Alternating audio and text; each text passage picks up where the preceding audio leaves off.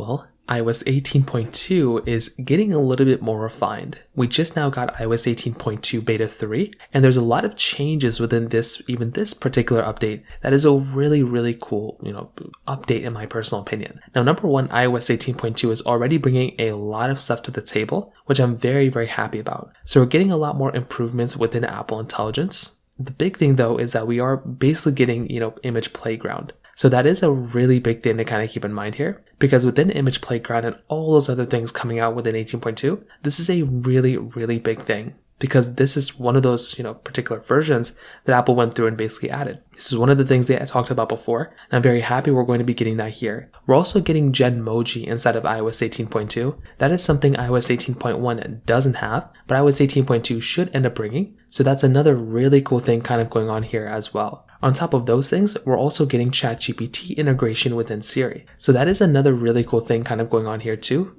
of us just getting, ChatGPT support. So that is going to be another cool thing that we're going to be getting added inside of this version of software as well. So there's a lot of cool little things within iOS 18.2 that iOS 18.1 just doesn't quite have yet, that Apple kind of had talked about earlier. Now, one of the other things we have to kind of think about too is that if we are going to go through and get a version, of software like iOS 18.2, we always want it to be as good of a version of software as we can probably get. So it's not going to be perfect when it first comes out. We already have another beta, which is iOS 18.2 beta 3, and there are already some cool improvements and changes within this too. So number one, we now have a camera control which requires screen on. So this is another cool thing. Basically, inside of a new setting for our iPhone 16 users related to camera control, in previous versions of iOS, if you wanted to go and configure the camera app using the camera control button, it required 2 presses when the screen was off, 1 press to wake the device, another one to launch it. Now you can just do it by double clicking, but now you can require the screen on to do it, which is really cool. The photo application is getting some improvements. A lot of people did not like the Photos app before, but now we're getting some improvements there, which is really nice. And there are some writing tools that now are a little bit more improved. So now we can copy and paste menu updates and so many other things. And the thing I like about iOS 18.2 when compared to iOS 18.1 is that it is just refining things within Apple Intelligence.